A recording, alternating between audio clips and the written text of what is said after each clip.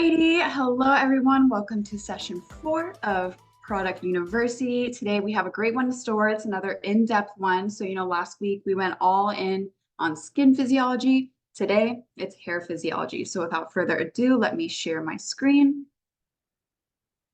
All right, so today we are looking at hair physiology and Riman. Not only are we looking at the structure of our hair, but what the Riman products are doing for both the hair and the scalp and ultimately hair health. So just looking at our hair at a glance first. So humans actually have approximately 5 million hair follicles on our entire body. Of course, we have areas void of hair, so that's going to be like your palms of your hands, the soles of your feet. But of these 5 million hair follicles, 100,000 roughly are on your head. So other than cosmetic appearance, obviously by dyeing your hair and styling it, hair provides many benefits depending on its location. So you have not only that it offers protection against external elements essentially, and then also thermal regulation, as well as UV protection. So the hair specifically on your scalp actually provides some UV protection. So when we're kind of appreciating hair, of course, it has that aesthetic component to it, but it actually does have a huge purpose on our body. And so if the hair growth and follicle structure are unbalanced, there actually can be a significant impact on your overall perceived hair health, not only in the aesthetic appearance of it, but its functionality as well. All right, so now we understand the hair at a glance. Let's look at the hair in depth. So here is a picture of the hair follicle. And so the hair follicle itself is located within the dermis and is considered the living part of your hair. So what's really interesting, and if you remember from our discussion last week on the 3 different layers of our skin, we have the epidermis at the top, the dermis in the middle, and then that hypodermis at the bottom. We essentially have this hair follicle located in the dermis, but it actually originates in the epidermis. So if you can see here, the epidermal cells essentially curve in towards the hair shaft. And so there is some epidermal component to the surrounding hair follicle. And so the hair follicle in its entirety is considered to be part of the pilosebaceous unit, which is a super fancy name you do not need to remember, but essentially it is referring to not only the hair follicle, but the sebaceous gland that neighbors it and the erector pili muscle. So the hair follicle, of course, is where the hair is growing. That sebaceous gland creates sebum, which is that natural oil that we often have on our face and through our pores. But in this instance, it is providing some lubricity to the hair follicle. And then really cool, I think, is the erector pili muscle. So this muscle actually is what contracts and causes your hair to stand up, especially if you have goosebumps or if you're cold. So that's what's essentially happening when your body's perceiving either nerve impulses or thermoregulation in terms of that cold touch. So when we look at the actual hair follicle itself, we have a couple of really important components to it that allow for the growth of hair. So specifically, if we're looking down here, this is known as the bulb of the hair follicle. So this is where essentially all the growth is really occurring, and it all is essentially about the constant replication and keratization of keratinocytes. So if you remember again from last week's discussion, skin cells are called keratinocytes. And so those same keratinocytes are actually what are growing or creating your hair shaft. But in this instance, they differentiate such that they're tightly packed together to create keratin. So your hair is made of keratin, but originated as keratinocytes. Beyond the keratinocytes, we also have melanocytes, which are at the bottom of the bulb. So again, if you remember, melanocytes are those cell types that create melanin or pigment. So they do exactly the same thing here, but for our hair in the sense that they are creating the pigment of your hair follicle. And we'll go a little bit more in depth on that when we talk about hair types. And so essentially as the hair grows from the bulb, it is getting all this nutrients from what is known as the dermal papilla. So the dermal papilla is a structure of nerve fibers and of capillaries. And so these essentially allow for nutrients and for oxygen to reach the hair for healthy hair growth. And it also determines the size and the color of the produced strands. So the effectiveness rather of the dermal papilla on your scalp is going to be different from the hair that grows on your eyebrows or your eyelashes, as they are much shorter. Sometimes some are more thick or different colors. So that's why you might, have red hair like me, but I have blonde hair in my body. And that's because there's just different things going on in the bulb of these various hair follicles. All right, so Understanding this is really important because it's the living part of your hair. This is the part that can get nutrients, can be affected in terms of growth of the hair. But when you're looking at the visible part of our hair, that's considered the hair shaft. So this is actually made up of dead skin cells. So they are no longer alive. And so the dead skin cells really are keratin. So this protein that is flexible, strong, and it also kind of gives some elasticity to our hair. And when we're looking at the hair shaft, it has specific three parts to it. And so the first part is going to be the medulla, which is the center of the hair shaft. And so this really actually has no function that scientists can identify. Some hair types actually don't have a medulla at all. So really, it's just appreciated as the marrow of the hair. If you're looking at a bone, obviously there's marrow in the bone. Same thing here, it just exists as kind of the root of the hair. But next, and I would say extremely importantly, is the cortex. So the cortex makes up most of the hair shaft, and it contains a lot of really important bonds and materials that make up the characteristics of your hair. So probably one of the greatest and most important things is that it contains those pigmenting cells. So the outer shaft, which we'll touch on, the cuticle, is actually translucent, but that cortex is what's giving our hair its perceived color. And then the cortex itself has various different bonds within it that are able to be kind of manipulated and regulated, especially if you are styling your hair. So when we are looking at the cortex, we have hydrogen bonds and van der Waals forces, both of which are considered weak bonds. And so these weak bonds can essentially be broken and reformed every single day without hurting the structural integrity of your hair. So examples of breaking and reforming hydrogen bonds would be simply by wetting your hair. That water actually gets into the cortex, it breaks apart certain hydrogen bonds. That's why your hair feels a little bit more elastic when it's wet. It looks a little different. It's all because that water coming in. Similarly, if you're straightening your hair or curling it, you are breaking hydrogen bonds. And that is also why these types of hairstyles are often susceptible to frizz and humidity, because the water easily can interact with those hydrogen bonds as well and break them apart. So kind of reducing your curl pattern or your flat iron pattern. And then most importantly, in terms of bonds in the cortex, is going to be disulfide bonds. So these disulfide bonds are considered strong bonds. And these strong bonds are what you are breaking or essentially manipulating when you bleach or color your hair. So bleach comes in, it breaks up these disulfide bonds. It also removes the pigmenting cells from the cortex. So you have essentially nearly no pigment in the cortex, and then you can deposit a dye particle. And so that gives you whatever hair color you want.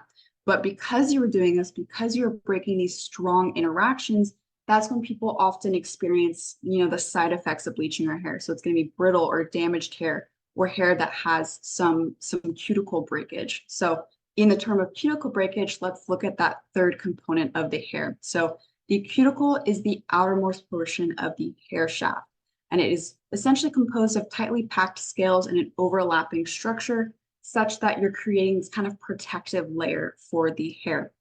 And so when you're looking at a healthy, undisturbed cuticle layer, they're all going to be tightly packed such that water cannot get in, UV damage cannot get in, and then obviously just outside pollution or particles cannot enter the cortex. But once you bring in essentially dyeing or things of that nature, you have to open up the cuticle for the dye products to enter the cortex. And in doing so, you have some irreparable damage to the cuticles, which is okay. You can often find and kind of realign those cuticles with conditioners and with conditioning treatments, but that isn't always the case depending on how often you bleach your hair. So when you do have damaged hair, this is really what we're looking at, which is that right picture there where the cuticles are kind of open, allowing for entrance of various, things in terms of water and pollution, things of that nature into the cortex. So the hair shaft is the dead part, hair follicle, living part. Now let's look at the hair cycle. So the hair growth cycle is extremely important, although the scalp hair only grows less than 0.5 millimeter a day. So very small noticeable changes in the length of your hair, but of course over time, that's when you see more sustainable growth patterns. So firstly, let's look at anagen. And firstly, I might mention that there are 3 growth layers, or growth stages rather, that your hair can be in at any given time. And so anagen is the active growth phase. So this is where essentially your cells are duplicating, they're replicating, they're creating a new hair follicle. And this can take anywhere from 2 to 6 years. And that's specifically on your head. So again, with those shorter hairs on your body, on your eyelashes, and your eyebrows, that's going to have a shorter anagen phase because they are more often to kind of fall off and quickly grow back. So with our anagen phase, that's you have the active growth and cell production. And next you have the catagen phase. So this is when the growth has stopped and the hair follicle that was initially or was being grown begins to detach from the bulb and it's kind of starting to make its way out to eventually fall off. And so this only lasts about 1 to 2 weeks in the catagen phase. And at any point in time, only 2% of your scalp hairs are in the catagen phase. And then if we look at the last phase, that's the telogen phase. So the telogen phase is when the hair is fully detached and essentially we are just prepared for the next anagen phase. So the hair specifically now that is fully detached will either fall out on its own, fall out with brushing or with general manipulation, or the next growing hair that's in anagen phase will actually push it out of the hair follicle. So the telogen phase roughly accounts for about 10 to 15% of any of the hairs in your head are going to be in the telogen phase. And so it's also really interesting to note that hair loss or hair shedding is completely normal. And for a typical individual, they can expect to be losing 100 to 150 hairs a day, and that's healthy. When it's not healthy is when you are losing hair that is still in the anagen phase that is trying to grow. And so that's often insights with various hair loss concerns, as well as alopecia as well. All right, so now we've got the hair growth cycle. Let's look at the types of hair. So there are many different ways to categorize hair types. So not only can you look at curl pattern, but density, color, and just perceived health. You can have damaged hair or healthy hair. And these different hair types are often influenced by a variety of different genetics, hormones, stress, and external factors as well. So it's interesting to see how the hair types are quite fluid. So if we're looking at hair density as a signifier of hair type, we have thick, medium, and fine. So medium is probably the most common type of hair in terms of hair density. And then thick is going to be a little bit more coarse. Per hair, when you're looking at a single piece of hair, it's going to be a little bit more dense. And then lastly, fine is the one that is most susceptible to damage and to breakage as well. If we're looking at hair color as a signifier of hair type, it's really determined by melanin. So again, melanin, that pigmenting molecule, you're either going to have eumelanin, which creates dark brown or black pigment, or pheomelanin, which creates red and blonde pigment. So of course, for me, I have pretty much a richness of pheomelanin in my head. But of course, the other important thing to note is that the different hair types and hair follicles are not uniform on your scalp. So you can have one follicle that's growing darker hair, one follicle that's growing blonde hair. And so that really lends to kind of the interest and intricities of hair types and really looking at someone's hair growth.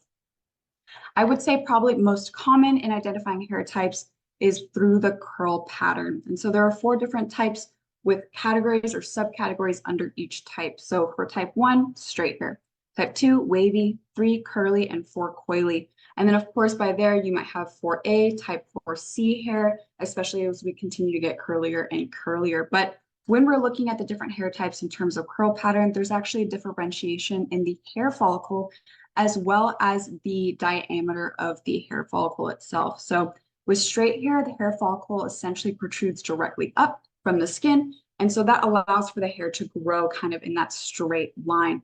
And if you were to take a cross section of the hair shaft, you would see that it's nearly perfectly circular. Versus someone with wavy hair, you begin to see a slight angling in the hair follicle, which causes the hair to start taking on a little bit of shape as it grows out of the scalp. And the cross section begins to be more oval. And with curlier hair, it's going to be more curvy of a follicle type. So it's really pronounced in terms of its angularity, really causing the nice curls you get once it finally becomes, part of the hair shaft. And when you take the cross section, it's nearly elliptical. So this really allows a lot of people to start appreciating and understanding when your hair types are coming from and why essentially your hair follicle is so important in understanding your hair type as well. So a huge point to be made about curly, coily hair is that it's the most porous. And what porous is, or porosity, is the hair's ability to absorb and retain moisture. And so your hair at any point in time should have roughly 17 to 34% water in these strands, but having too much water in your hair actually can be damaging to the hair. So if you might have heard, or something I've always heard from my hairstylist is, if your hair is wet, try to comb it from the bottom up and don't yank the comb through, and try not to use a brush. Use a comb, a fine tooth comb, because when you have water in your hair, it essentially increases the elasticity, as I had mentioned. And if you stretch it too far past this elasticity, you can cause breakage to your hair. So really, when you're also considering your hair type, the porosity is an important thing to take to note, just in understanding how to treat it and how to care for it, especially in washing. And then another part in terms of the hair discussion is the scalp itself. So what is the scalp if not an extension of your facial skin? And so it also contains those typical 3 dermal layers, and they can experience the same type of issues as your face in terms of dryness, oiliness, etc. And so there's actually a new trend, and it's a trend that's been around, I would say, for about 2 years or so, called the skinification of the scalp. And so the skinification of anything is simply treating that thing as if you would treat your facial skin, with proprietary ingredients or, special active formulas that allow for the utmost health of your scalp in this instance. So we're looking at things that, might exfoliate, hydrate, or moisturize the scalp in the hopes of healthier hair growth. And what's also important to note is that it itself boasts a powerful microbiome. So we have a microbiome in our gut, and we have it on our body skin, facial skin. We also have it on our scalp. And this microbiome is essentially as important as the other ones, in the sense that if there is an imbalance, you might essentially experience some issues. So something, for example, is when the specific genus Malassezia furfur, when that one is dominant on your scalp, that is actually the genus that creates dandruff. So dandruff, might always just be because your scalp is extremely dry, or it can be because of a microbiome imbalance of this Malassezia furfur essentially growing and dominating your microbiome. So really interesting to look into your microbiome in your scalp as well, because that can point towards a lot of health concerns with the scalp. All right, so understanding now the hair, the structure of the follicle, the shaft, and of our scalp, let's look at some common hair concerns. And again, this is not an exhaustive list. There are so many different concerns. I would say probably one of the biggest ones, of course, is hair loss, hair growth. But in that instance, that again is something that is clinical, that I want to focus more on something that just everyone may experience in their typical day-to-day, that Riman and its ingredients can help. So the first one's going to be dryness. So dryness is simply, the hair follicles aren't either producing that necessary sebum to coat and to provide lubricity to the hair, or essentially you are overwashing your head and you are causing dryness to your head. And this might cause flaking, which is dandruff, which then can also be, of course, caused by microbiome imbalance. Oiliness, which is, the opposite end of the spectrum, is when your hair follicle is producing too much sebum. And this can be for a variety of different reasons, either due to some hormonal regulation, or because you've been overwashing and your body's trying to overcompensate for that stripping of your typical sebum levels by producing too much. So it's a fine balance between deciding, if am I overwashing to actually cause oiliness, or am I overwashing and it's causing dryness? And so that's where you just need to play around with the different products you're using, the amount of times you're washing your hair in a week, etc. And then lastly, and most commonly, cuticle damage. So in cuticle damage, your hair shaft is either entirely missing cuticles. If you'll remember, those cuticles are those fine kind of roof shingles that cover the outside of our hair shaft. So they're either missing the cuticles, or they're not properly aligned. They're kind of pulled back because you maybe just got your hair bleached, or because you have some damaged ends.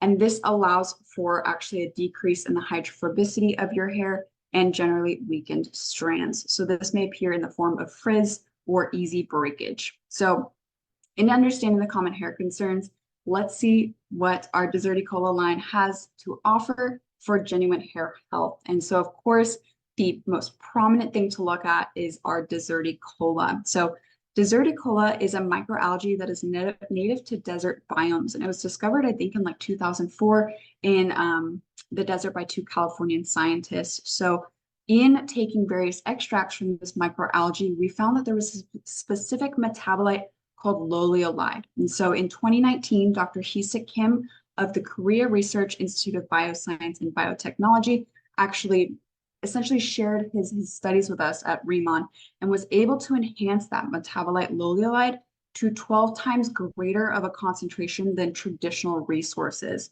And so this is extremely important because not only is this proprietary for us, this is a patented ingredient for us, but loliolide itself is beautiful in its ability to really bring about hair health by starting at the hair follicle. So it is known to essentially interact with thermal cells and within the hair follicle to modify hair growth. So if you can see here, there's actually studies on it that I invite you to look into further in the sense that it is just regulating certain signaling pathways when applied to the scalp. It also poses antioxidative and anti-apoptotic properties. And so anti-apoptotic, apoptosis is actually just cell death. And when cells essentially just think they're about to die, and so they actually just combust spontaneously, for lack of a better word. So in anti-apoptotic properties, you're reducing cell death. So Deserticola is fantastic, and it's really the lifting force behind the 3 products in the Deserticola hair care line. However, there are 2 additional ingredients that we really like to focus on that are in all 3 products outside of just Deserticola, and that first is going to be nettle extract. So nettle extract is a natural extract that we actually grow on Jeju Island and produce at our ask-based Jeju plant. So this is entirely, again, controlled by Riman in our raw material sourcing. So it contains various vitamins, minerals, amino acids that all really benefit the hair. So we have vitamins A, C, and K, calcium and iron, and essential amino acids. And it also is a powerful anti-inflammatory agent. And so what's really nice about this nettle extract is its ability to not only bring about scalp health and hair follicle health, but also to bring health to the dead part of your hair, to your hair shaft. Your hair shaft and specifically your cortex actually also have trace minerals in there. So you are just replenishing those trace minerals with this nettle extract as well. And then last but not least, our camellia seed oil. So camellia seed oil is another one of those things that we grow ourselves, that we are producing at our Jeju Ask base, again, just to keep intimate with our formulations. And so camellia is actually native to Asia and is rich in palmitic and omega-6 linoleic acids. So these essentially are lipids that are very beneficial to, of course, the scalp skin, but to your hair as well. Your hair has that slight natural hydrophobicity, which means it repels water in a sense. And so those lipids nicely coat the hair to continue that hydrophobicity. But it also acts not only as an anti-inflammatory agent for the scalp, but a moisturizer for both the scalp and strands. At its base, it is an oil, and oil is beautiful at moisturizing. So with the ability to impart all these healthy benefits and fatty acids to the hair and to the scalp, it also improves elasticity and density of hair strands. So no flat hair here. So in understanding the hair care lines, beyond just the ingredients, we also have to appreciate the certifications that back the prowess of this line. So probably the most prominent, of course, that is unique to the entire Bodolab hair care and body care line is the Eve Vegan certificate we have received. So Eve actually stands for Expertise Vegan Europe, and it is an independent organization that essentially assesses vegan claims or both on products or manufacturing entities to make sure that they are actually rigorously following the vegan way of production. So what's really unique about eVegan is how well it's recognized. They're probably one of the most well-recognized certification agencies in this sphere. And what's also amazing is the fact that certification is only valid for a limited period. And so they actually force you to go through various verification processes every cycle to ensure that you're still staying consistent with your promise of promoting a vegan product. So with our status as eVegan, essentially, not only are we still pushing forth that we are cruelty-free, which is true for all products in the Riman offerings, but there are no animal byproducts. So you can love your hair, skin, and the planet. All right, let's get into the products themselves. So first and foremost, of course, we have that cleansing product, which is the Deserticola shampoo. So this shampoo is so beautiful to gently cleanse the scalp while also nourishing the hair follicles. So of course, with any shampoo, you were trying to cleanse just kind of any daily impurities. So whether that's buildup of products or just of daily experiences, you are able to cleanse that from your scalp and from your hair. but it also is composed of gentle surfactants. And so again, those surfactants are the cleansing molecules that you will find in a hand wash, in a body wash, or of course, in this instance, a Deserticola shampoo. So these gentle surfactants are allowing you to cleanse your scalp without stripping the natural oils. So you don't have to necessarily concern yourself if you typically suffer from a dry scalp. This will not make it drier. So the Deserticola shampoo is a beautiful and gentle way to cleanse the hair.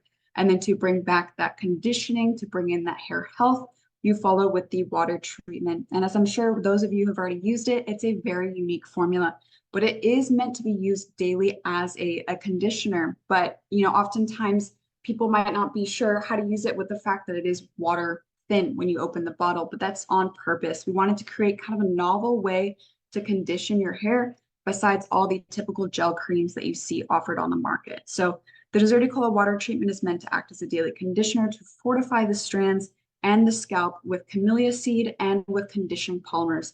This will allow not only for some reparation of damaged cuticles, but also for bringing essentially a healthy shine, whether you're air drying or styling your hair out of the shower. So with its being water thin, once it comes into contact with water, that's when you begin to experience the solidification, the slight creaming up of this formula. And with that, it brings actually a slight sense of warming, which might be nearly perceivable when you're in that hot shower, but it's there. And this really allows for the therapeutic aspect of the water treatment.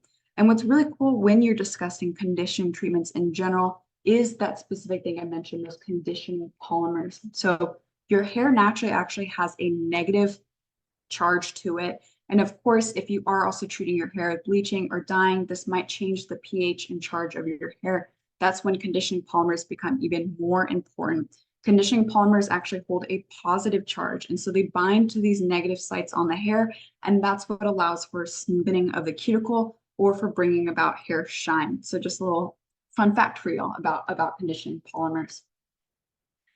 Last but not least, of course, we have the hair oil serum. So this is a 5-in-1 hair oil serum that not only leaves a finishing shine, but has so many different benefits for genuine hair health. So I've actually listed out the 5-in-1 different things that it imparts to the hair. So of course, first, it is able to provide heat protection up to 450 degrees Fahrenheit. It also reduces frizz, increases shine, maintains volume, and of course, reinforces damaged cuticles. So this product, of course, has the Deserticola, has the camellia seed oil, but it also has giant byungpul extract, which of course is our hero ingredient. We have to love to see this in this product. So in this instance, that giant byungpul is just really helping to further nourish the strand and repair damage. And then 5 additional botanical oils in this serum not only add to the ability to reduce frizz, but allow for the whole product itself to be very lightweight. So in creating the hair oil serum, we had to be very careful about selecting specific oils that might be heavier than others. And so with the oils we've chosen, this allows for it to be essentially usable throughout the day, even if you're just touching up and you've already applied it in the morning. So with this, you essentially can apply it to air drying hair, fresh out of the shower, or even styled hair, and you still will get that lustrous Deserticola shine.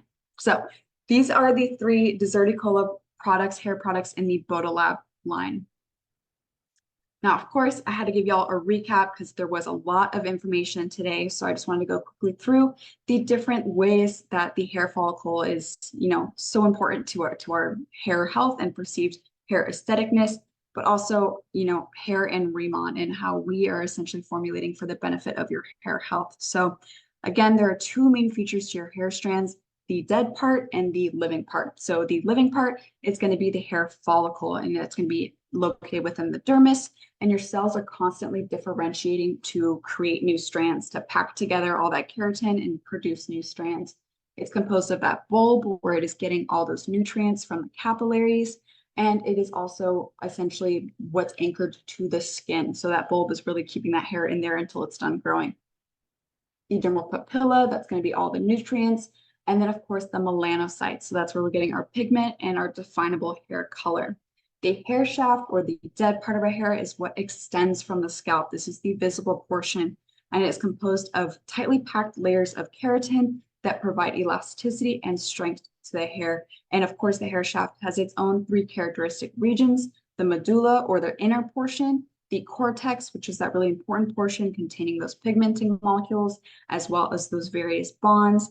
And then lastly, the cuticle, which creates that essentially protective layer to the outside of your hair shaft.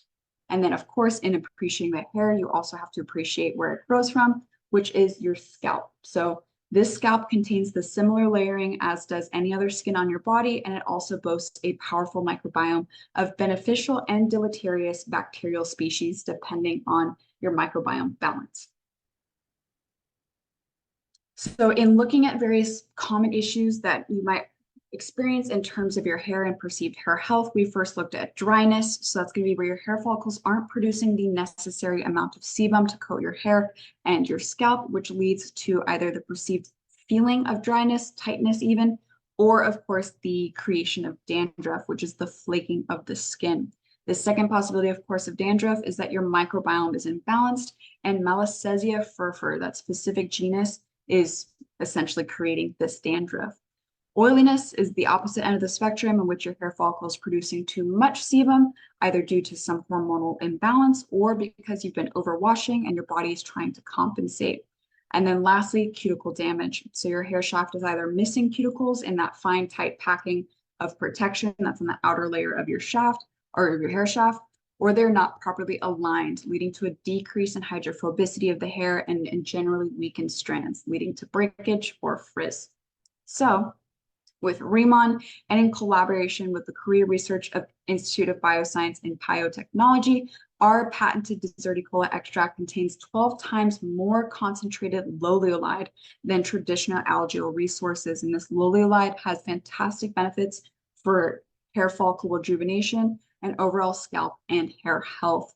Alongside Deserticola, we have natural extracts that we grow and produce at our Ask Base plant in Jeju Island, such as camellia seed and nettle, both of which are beautiful for nourishing the scalp and hair, as well as bringing various nutrients to these different parts of our head. So in the 3 products we offer, we have the shampoo is going to be our main cleansing system for cleaning both the scalp and the strands from essentially just your day-to-day life, without stripping any natural oils and still promoting a healthier scalp function.